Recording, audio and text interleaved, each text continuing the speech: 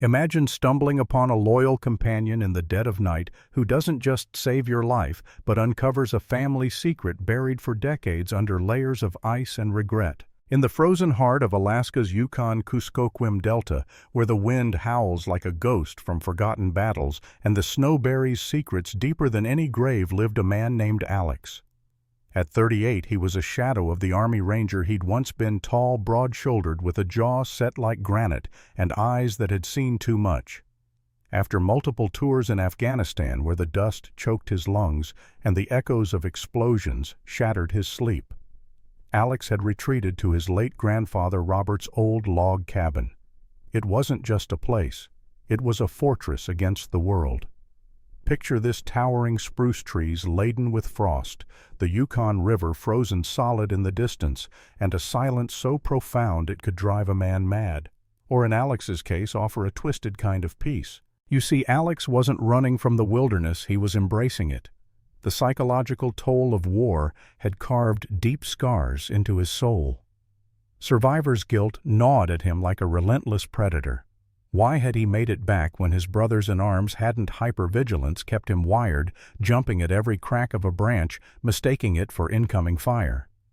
It's a story too common among veterans. Think of Chris Kyle, the legendary sniper from American Sniper, who traded battlefield chaos for suburban normalcy, only to find the real war raging inside his head.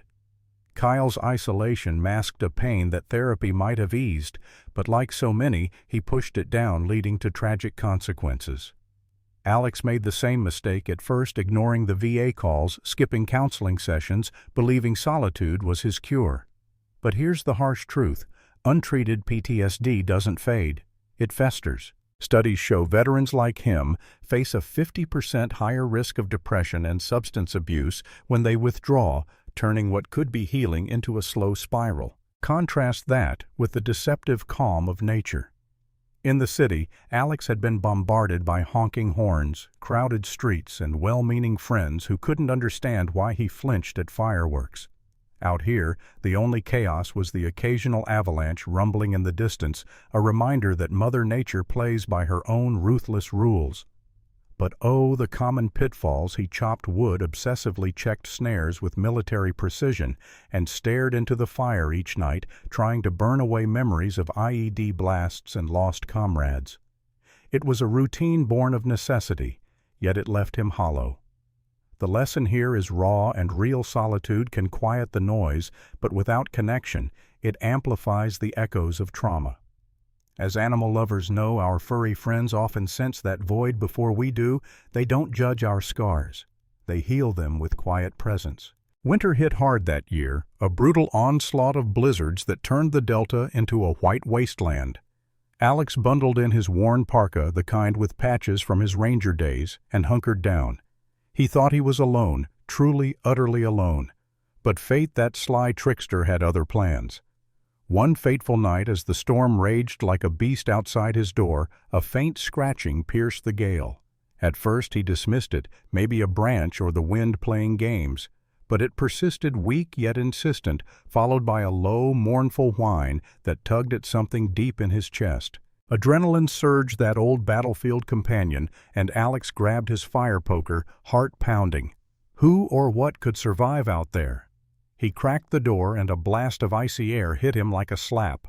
There, collapsed in the drift, was a magnificent chocolate Labrador, his coat matted with blood and frost, barely breathing.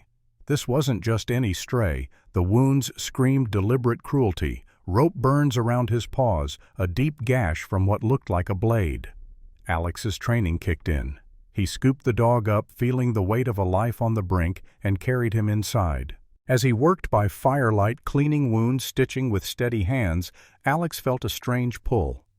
This dog, whom he later named Buddy for the way he seemed like a long-lost squad mate, wasn't haunted by his past. No, he was carrying a message, one that would shatter Alex's world. Little did Alex know, this rescue wasn't random. It was the first thread in a tapestry of secrets leading to a revelation that would rewrite his family's history. And just when Alex thought Buddy's arrival was the miracle, well, the real twist was yet to come, buried in the snow-swept tundra. But before we unravel that frozen mystery, let's dive into the storm-forged bond that turned a broken man and a battered dog into unbreakable allies.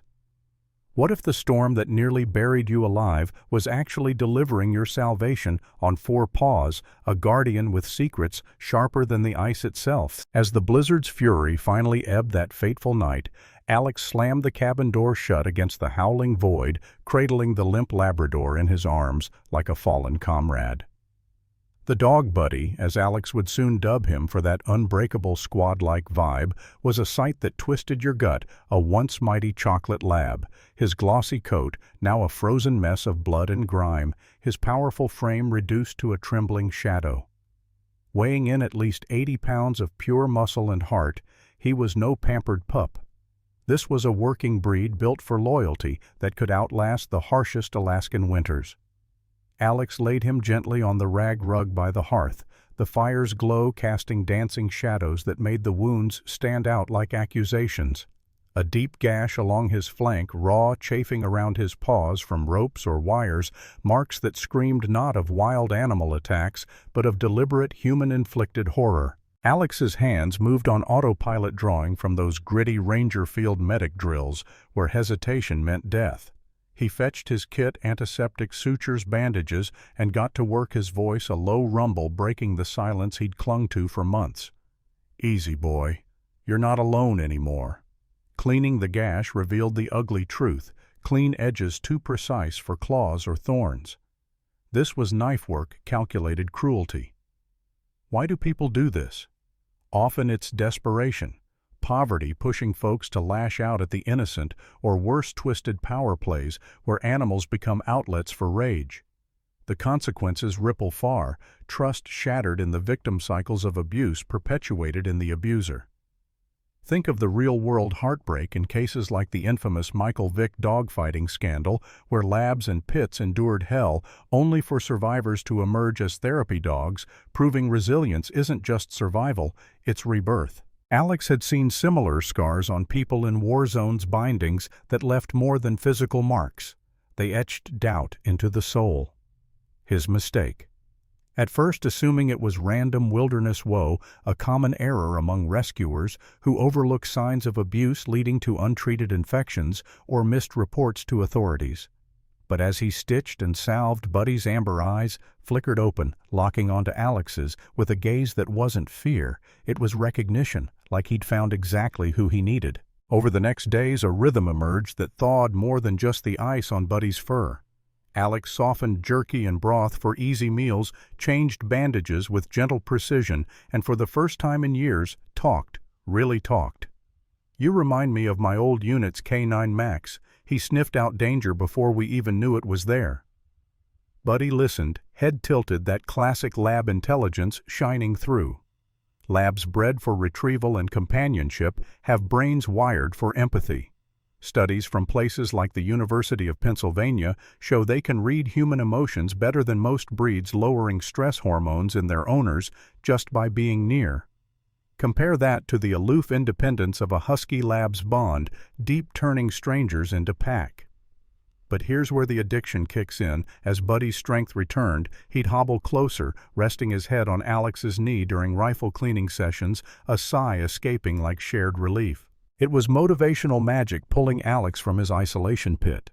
Yet common pitfalls loomed. Overfeeding a recovering dog could cause bloat, or ignoring subtle pain cues might delay healing. Alex dodged them, but the real lesson burned bright. In saving another, we often save ourselves. Pets don't demand perfection. They offer vulnerability without judgment, a bridge back to humanity. Buddy healed fast, his tail wagging stronger each day, filling the cabin with soft thumps and contented sighs. But then came the twist that hit like a rogue avalanche, subtle at first, then impossible to ignore. By the fourth day, as Alex chopped wood outside, he caught Buddy frozen at the window body, rigid, staring north into the endless tundra with a low, urgent whine. Not pain, not fear. This was purpose, a desperate Morse code in canine form. Alex brushed it off initially, another mistake too many make, dismissing animal instincts as whimsy. "Just ghosts, Bud," he'd mutter, but those eyes held intelligence, a burning mission that chilled Alex deeper than any storm. Buddy wasn't recovering from trauma. He was gearing up for something bigger, a call only he could hear. And as the whining grew insistent, pacing from door to window like a caged sentinel, Alex felt the pull, the first knot in a web of fate tightening. Little did he know this bond wasn't just healing. It was a prelude to peril where following a dog's lead would drag him into the frozen unknown. But that's where our tale turns urgent. Let's follow that instinct into the heart of danger. What if a dog's relentless stare into the wilderness wasn't madness, but a desperate plea pulling you toward a truth too dark to imagine? The Alaskan tundra stretched before Alex's cabin like a frozen ocean, its vastness both beautiful and brutal, whispering secrets only the wind could carry. Buddy the chocolate Labrador, who'd clawed his way back from death's edge, was no longer just a companion. By the fifth morning, his behavior had shifted from recovery to obsession. He'd plant himself by the frost-rimmed window body, taut as a bowstring, amber eyes locked on the northern horizon. His low, mournful whines weren't pain, they were urgency, a call vibrating with purpose that made the hairs on Alex's neck stand up. This wasn't a dog chasing shadows, this was a soldier with a mission, and Alex, the battle-scarred ranger, felt his instincts stir. Something was out there, and Buddy knew it. At first, Alex chalked it up to trauma. He'd seen it before, comrades staring blankly, replaying horrors on a loop no one else could see. Studies from canine behaviorists like those at Purdue University show labs can fixate on past dangers, their scent memory locking onto places of pain with eerie precision. But Buddy's focus wasn't frantic. It was razor-sharp, like he was following a map etched in his bones. Alex's mistake. Hesitating. Assuming it was just a quirk, a common error pet owners make by ignoring their dog's instincts. Compare this to the legendary Lassie leading her family to danger with unwavering clarity, fiction, sure, but rooted in real cases like a Colorado lab in 2019 who guided rescuers to a lost hiker through a blizzard. Ignoring such signs risks missing life or death cues, and the consequences can be dire: missed rescues, prolonged suffering. Alex tried distractions, a strip of jerky, a tug-of-war rope. But Buddy's pacing grew relentless, a restless circuit from window to door, his whines now sharp, pleading, almost human. "All right, boy, Alex," said his voice thick with unease. "What's got you so wired?" The turning point came on a crisp, clear dawn, the kind where the sun barely grazes the snow, casting long shadows like fingers reaching for secrets. Buddy stood by the door, nudging Alex's hand with his cold nose, a deliberate push that felt like a command. Those amber eyes held no doubt only conviction, and Alex's ranger training kicked in. Trust your partner, the one watching your six. He'd followed gut instincts in war zones. Now a dog was his point man. "You win," he muttered, grabbing his heavy parka, a pack stuffed with survival gear, first aid protein bars, a fire starter, and his rifle, its weight a familiar anchor. This wasn't a stroll, it was a mission. Buddy's tail gave a single powerful wag, his body quivering with purpose as Alex opened the door, unleashing them into a world of white. The Yukon-Kuskokwim Delta was no place for the unprepared. Snowdrifts swallowed trails, and the cold bit like a blade slicing through layers to chill the bone. Alex followed Buddy, whose powerful legs churned through the powder with the efficiency of a born survivor. Labs are bred for this, retrievers who've hauled nets through icy waters, their thick coats defying frost. But this trek was no hunt. It was a quest born of instinct. Buddy led with eerie certainty, weaving through spruce thickets and around jagged outcrops, pausing to sniff the air, ears swiveling like radar. Alex, trained to read terrain, marveled at the dog's navigation, past a frozen creek, up a steep ridge, then down into a shadowed valley where the silence felt ancient, heavy with untold stories. The cause of such drive, canine loyalty hardwired to protect their pack, as seen in real-life rescues where labs risk death for their humans.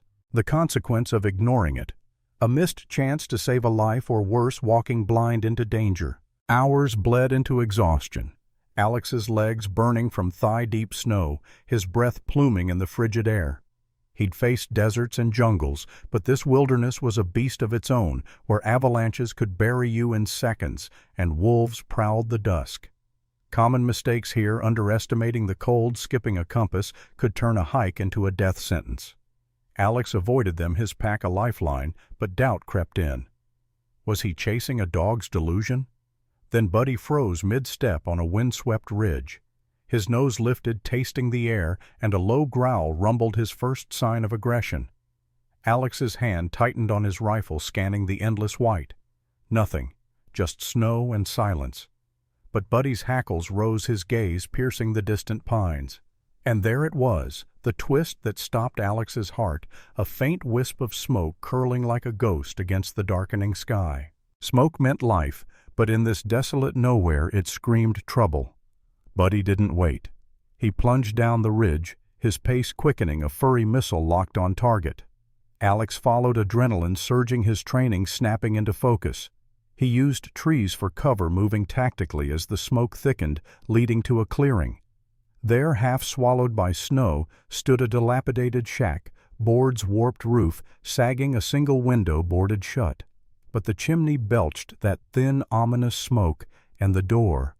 The door was chained, a rusted padlock gleaming like a warning. Buddy's growls turned frantic claws, tearing at the wood. Someone was inside, trapped. Alex's blood ran cold. This wasn't just a rescue, it was a descent into something darker, and Buddy had led him straight to it. The lesson hit hard. Trust the unspoken animals, see what we overlook, turning ordinary moments into missions that change everything. But the real shock was waiting inside that shack, a truth so raw it would unravel Alex's world. Let's step into that frozen prison and face what Buddy's been chasing all along. What if the smoke curling from a locked shack wasn't a sign of warmth, but a scream for help, hiding a betrayal so vile it could set the world ablaze? Alex crouched in the snow, the Alaskan twilight casting jagged shadows across the desolate clearing. The shack loomed before him, its weathered boards sagging under decades of neglect. The chained door, a silent accusation. Buddy, the chocolate Labrador, whose relentless drive had led them through the frozen Yukon-Kuskokwim Delta, clawed frantically at the wood, his growls a raw mix of fury and desperation. That thin wisp of smoke from the chimney wasn't hope. It was a warning, a signal of life trapped in a prison of ice and malice. Alex's ranger instincts screamed this was no accident. Someone had done this, and the marks on Buddy's paws, rope burns, knife wounds, pointed to a cruelty colder than the tundra itself. He whispered, "Easy, boy," his hand steadying Buddy's trembling frame, but the lab's eyes burned with a mission unfinished. Alex gripped his rifle, reversing it, to slam the stock against the rusted padlock. The crack echoed like a gunshot, splitting the eerie silence. Once, twice, the third blow shattered the lock, the chain slithering into the snow. Drawing his hunting knife, Alex pushed the door open, its creak a low moan in the gloom. A stale, sickly stench hit him. Illness, neglect, and something worse. Buddy darted inside, nails clicking on warped floorboards, straight to a half-open door at the back. Alex followed, heart-pounding eyes straining in the dim light from a dying fire. The shack was a husk, a rickety table, a sagging couch, a few rusted cans on a shelf. But the real horror waited in the shadows. Pushing the back door open with his boot, Alex froze. On a narrow cot beneath a tattered blanket lay an elderly woman, Eleanor, her face gaunt as bone-white hair, a tangled halo, her body skeletal under threadbare clothes. A heavy handcuff chained her wrist to the bed frame, the skin beneath raw and bleeding from futile struggles. Buddy whined, nudging her limp hand with heartbreaking tenderness. Alex tore the blanket from the window, letting weak twilight flood in, and checked her pulse, faint, thready, a whisper of life. "Ma'am, I'm here," he said, his voice steady, despite the rage coiling in his gut. This was no accident. This was torture, methodical and human. Compare it to real-world horrors like elder abuse cases. Think of the 2020 California case where a family member starved a grandmother for inheritance, a betrayal rooted in greed. The cause? Often financial desperation or entitlement. As studies show, 10% of elderly Americans face neglect or abuse yearly. The consequence: shattered trust, broken bodies, and trauma that lingers. Alex's mistake was almost hesitating, a common error in high-stakes rescues where shock can paralyze. But Buddy's urgency snapped him back. Working fast, Alex used his multi-tool to pick the handcuffs lock, a simple mechanism more for terror than security. It clicked open, and he gently chafed Eleanor's wrist, wincing at her ice-cold skin. He wrapped her in his mylar blanket, its crinkle loud in the silence, and coaxed tiny sips of water from his canteen into her cracked lips. Buddy stayed glued to her side, a furry sentinel. To understand the why, Alex scanned the shack, spotting a leather-bound diary half hidden under a rag. Its pages, elegant at first, turned frantic, chronicling Eleanor's nightmare. "Marcus, my nephew, brought me here for a retreat," she wrote 3 months ago. "He knows about the oil survey from '75, says the land's worth millions. He wants the deed I hid. Today he locked the door." The words grew shakier. Marcus brought just enough food to keep her alive, taunting her with hot meals while she starved, enjoying her suffering. "It's not just money, it's power," she scrawled. The final entry gutted Alex. Marcus beat Buddy, tied him up, left him for dead in the snow. "My brave boy. My only hope." The cause of such evil greed, yes, but deeper entitlement twisted by debt, like the Getty family feuds where inheritance fueled decades of betrayal. The consequence wasn't just Eleanor's suffering, it was a ripple of cruelty wounding even loyal creatures like Buddy. Compare this to stories of redemption, like families reconciling over shared loss. Here Marcus chose destruction. Alex's mistake would have been underestimating the danger, a common pitfall when facing human malice disguised as family ties. The diary's truth hit like a grenade. Buddy hadn't just survived, he'd run through a blizzard to find Alex, his wounds a testament to a mission to save Eleanor. But the real twist was coming, and it wasn't just the shack catching fire. As Alex stoked the dying embers to warm Eleanor, the door creaked open. A figure stomped in snow, falling from his boots. Marcus, late 20s, with shifty eyes and a pricey jacket clashing with his frayed jeans. "Rise and shine, Auntie," he mocked, dropping a duffel bag of meager supplies. Then he froze, spotting the empty cot. Then Alex in the shadows, rifle in hand. His gaze dropped to Buddy, teeth bared in a snarl. "No way," Marcus whispered, stumbling back. "I killed that mutt." That confession ignited Alex's rage, but before he could act, Buddy lunged a furry missile of righteous fury. Marcus flailed, arm raised in panic. Alex charged, slamming him against the wall. The thud drowned by a new sound, a crash, as Marcus's arm hit the table, toppling a kerosene lantern. Glass shattered, and flames erupted, greedy tongues licking the dry wood. The shack became an inferno, smoke choking the air. Marcus scrambled out, coughing, his clothes smoldering. Alex's training kicked in, survival over vengeance. He scooped Eleanor up, her frail body terrifyingly light, and yelled, "Buddy with me!" The lab barked, guiding them through the blinding haze as the cabin groaned, beams cracking like bones. They burst into the freezing night, sparks raining down the fire, a roaring beast behind them. Alex laid Eleanor in the snow, his coat shielding her, Buddy barking a frantic triumph. Through the haze, Marcus collapsed, beating embers from his jacket, alive but defeated. Alex's focus stayed on Eleanor, her weak coughs a fragile thread. The lesson seared: deep evil thrives in isolation, but courage, human and canine, ignites change. Buddy wasn't just a pet. He was a warrior, his loyalty a beacon in the dark. But the fire wasn't the end. A bigger shock waited, one that would tie this nightmare to Alex's very bloodline. Let's unravel that blazing revelation and see what secrets the flames couldn't burn. What if the flames that nearly consumed everything revealed a truth so profound it could rewrite your entire past and give you a future you never dared to dream?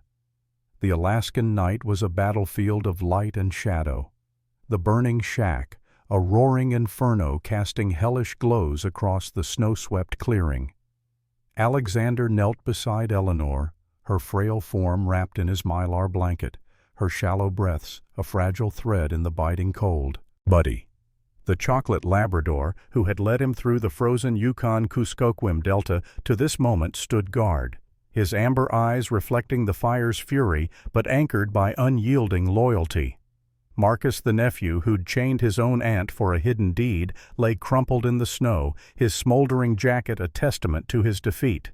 But Alexander's focus was on Eleanor, alive but barely. Her whispered delirium. The coat. The papers. For Robert stirred something deep, a name that echoed like a ghost from his past, his grandfather Robert. Alexander scanned the clearing, his heart pounding. There, by a rickety woodpile just beyond the fire's reach, hung a singed wool coat, heavy with secrets. He grabbed it, the fabric stiff with frost, and sliced open the lining with his knife. Inside, wrapped in oilskin, were yellowed documents, a land deed from 1975, its text formal and stark. His eyes locked on the names Eleanor Marie Caldwell and Robert James Hart. The world tilted. Robert, his grandfather. The quiet man who'd built the cabin Alexander called home, whose unspoken sadness had always puzzled him. Stories from his father flickered back Robert's lost love, a fiancée who vanished after a wartime mix-up, presumed dead. Eleanor wasn't just a victim. She was the missing piece of his family's heart, a love story interrupted by fate. Buddy hadn't just led him to a rescue. He'd unearthed a legacy buried for 50 years. This revelation wasn't just personal, it was universal. Lost loves like those of Wubbyupoo sweethearts, separated by false death reports, often leave scars that shape generations. Studies estimate thousands of such stories from that era, with reunions via modern DNA tests proving love's endurance. The cause of Eleanor's disappearance, a misreported casualty notice, a common wartime error that shattered lives. The consequence, decades of solitude for both her and Robert, their dreams of a shared future frozen in time. Alexander's mistake would have been dismissing her ramblings as delirium, a pitfall in trauma care where subtle clues are overlooked. Instead, he clutched the deed, his hands trembling as Buddy nudged his thigh, grounding him. The lesson was raw loyalty transcends time. Dogs like Buddy show us that love once sparked never fades. Alexander's mission shifted from survival to salvation. He spotted bobbing lights across the valley, snowmobiles, likely rangers drawn by the fire's beacon. Firing 3 rifle shots into the sky, the universal distress signal, he watched the lights speed closer. Within 30 minutes, Sheriff Hannah Cole arrived, her weathered face calm but sharp, taking in Marcus's cowering form, Eleanor's frailty, and Buddy's vigilance. "Gallatin County Sheriff," she said, voice steady. "What's the situation?" Alexander handed over the deed and diary. His words clipped. Marcus tortured her for this. "Her dog found me." As medics loaded Eleanor onto a helicopter to Fairbanks, General Alexander stayed with Buddy, their bond unbreakable. Marcus was cuffed, his greed, his undoing like real-world cases, where inheritance disputes, think the Rockefeller family feuds, end in ruin. Weeks later, Eleanor's recovery transformed Alexander's cabin into a home. She shared stories of young Robert, their stolen moments before war tore them apart. Alexander opened up about his PTSD, finding solace in her understanding. They became a family, 2 old soldiers and a Labrador bound by tragedy and triumph. The deed's oil rights worth millions could have fueled greed, but they chose differently. They founded the Robert and Eleanor Hart Fund, leasing the land ethically to support veterans' mental health and animal rescues. Real-world parallels like the Wounded Warrior Project show such initiatives cut suicide rates by 30% through community care. Their mistake could have been hoarding the wealth, a common trap that breeds isolation. Instead, they honored Robert's love, turning pain into purpose. Spring thawed the tundra, and the cabin bloomed with wildflowers. Eleanor planted a vibrant rebellion against the winter's scars. One evening on the porch swing, Buddy sprawled at their feet. Alexander looked at Eleanor. "He'd have loved this," she said, smiling. "Robert would have loved you." The ghosts of Alexander's war had quieted, replaced by a life rebuilt. The lesson lingered. Love and loyalty are echoes that never fade, and dogs like Buddy are their loudest messengers. This story of Alexander, Eleanor, and Buddy proves that even in the darkest winters, loyalty can light the way. If their journey moved, you hit that like button to let us know these tales matter. Share this with someone who needs hope, or a reminder to hug their furry friend tighter. Drop a comment with your own pet story. We read every one. Subscribe and ring the bell to join our storytelling family. Another tale of courage and connection is waiting for you. Let's keep these echoes alive together.